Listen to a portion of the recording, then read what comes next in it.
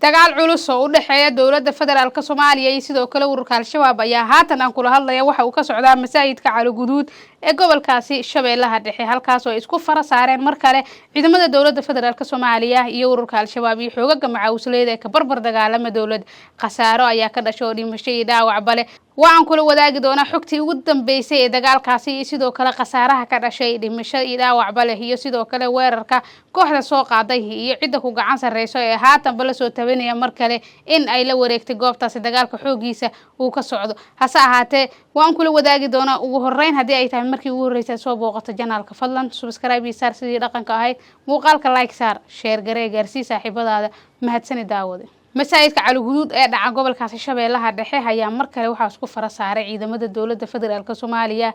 qaybteeda militariga ee danam loo yaqaanayo sidoo kale ururka Al-Shabaab dagaalkan xoogiisa oo ka dhacay masaajidka Cali Guduud ee deegaano hoostaga ayaa mar kale dowladda federaalka Soomaaliya waxay isku dayaysay inay gabiyahanba la wareegto deegaankaasi dhaca gobolka Shabeellaha Dhexe saahate Al-Shabaab ay iska caabin kala kulmeen oo wali dagaalku waa uu socdaa inkastoo ay dowladda dhinaceeda sheegtay inay ku sugantay goobtaasi saahate wali waxaa la maqlayaa rasaasta dhacaysa iyo sidoo kale hubka iyo daryanka rasaasta culus ee ay labada dhinac isu adeegsanayaan iyadoo dowladda federaalka Soomaaliya ay doonaysay in ay qabsato goobtaasi sidoo kalena ay doonaysay in ay ururka Al-Shabaab gabi ahaanba kala wareegto ayaa haddana waxay ururka Al-Shabaab kala kulmaysaa iska caabin kulul oo haatanba ay wali dagaal ka socdo hase ahaatee dowladda ayaa muddooyinkii ugu dambeysay shalay ugu dambeysay waxa ay dagaal xoogan ku qaaday deegaanka ciidka ee gobolkaasi Shabeellaha Dhexe halkaas oo ay ururka Al-Shabaab xubno ka tirsan saraakiil sarsare ururka Al-Shabaab ka tirsan iyo horjoogayaal ay ka goobtaasi ku naf waayeen ama ay ku dhinteen gabi ahaanba wali dowladda isku dayaysa inay gabi ahaanba gobolkaasi Shabeellaha Dhexe la wareegto ayaa mar kale saaka waxay ururka Al-Shabaab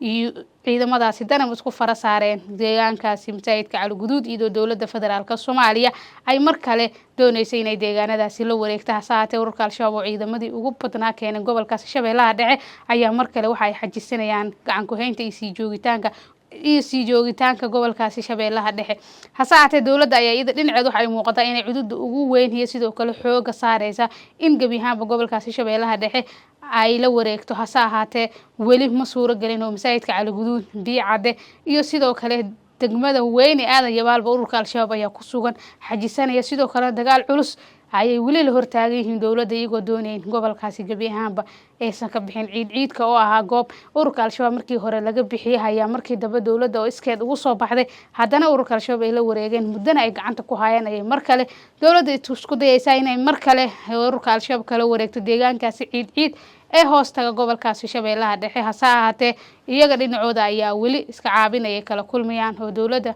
Soomaaliya wali uma suuro gelin inay gacanta ku dhigto gobolkaasi Shabeellaha Dhexe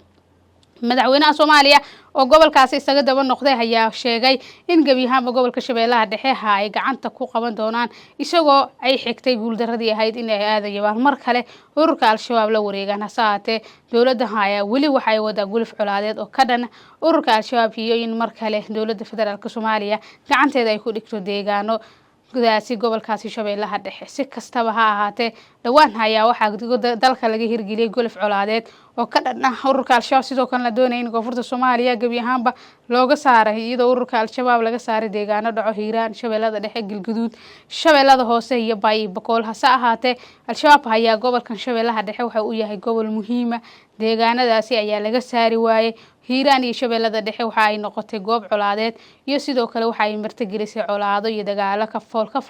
oo la soo adeegsado hubka dhinacyadiisa kala duwan rasaas iyo daryankan ay dad badan ka qaxeen waxay horseedeen shacabka ku nool gobolkaasi Shabeellaha Dhexe inay ka qaxaan deegaanadooda iyagoo doorbidaya goob nabad ah ay ku noolaadaan sidoo kalena ka cararaya inay saameyso dagaalkaasi xoogan ay isla horjoogaan dowladda federaalka Soomaaliya iyo ururkaasi Al-Shabaab si kastaba ahaatee dowladda oo dhawaan la filayo madaxweyne Xasan Sheekh uu hogaaminayo in ay soo gabagabeeyo 15 May 3 sano ay soo dhamaato soo gabagabowdo wax qabadna laga rabo ayaa mar kale waxa uu xooga saarayaa in guluf colaadeed ururka Al-Shabaab uga adkaado isagoo sheegaya in dhawaan khudbadda ugu horeysay ee 15 May oo jeedin doona ay noqon doonto tii uu sheegi lahaa in gobolkaasi shabeellaha dhexe galgaduud qaarkii iyo hiiraanba uu ku faani lahaa mar kale in ururka al-shabaab uu ka xoreeyay hase ahaatee weli ma caddo oo weli waxa la isku haysto waa degmada aadan yabaal oo xudun ah gobolkaasi shabeellaha dhexe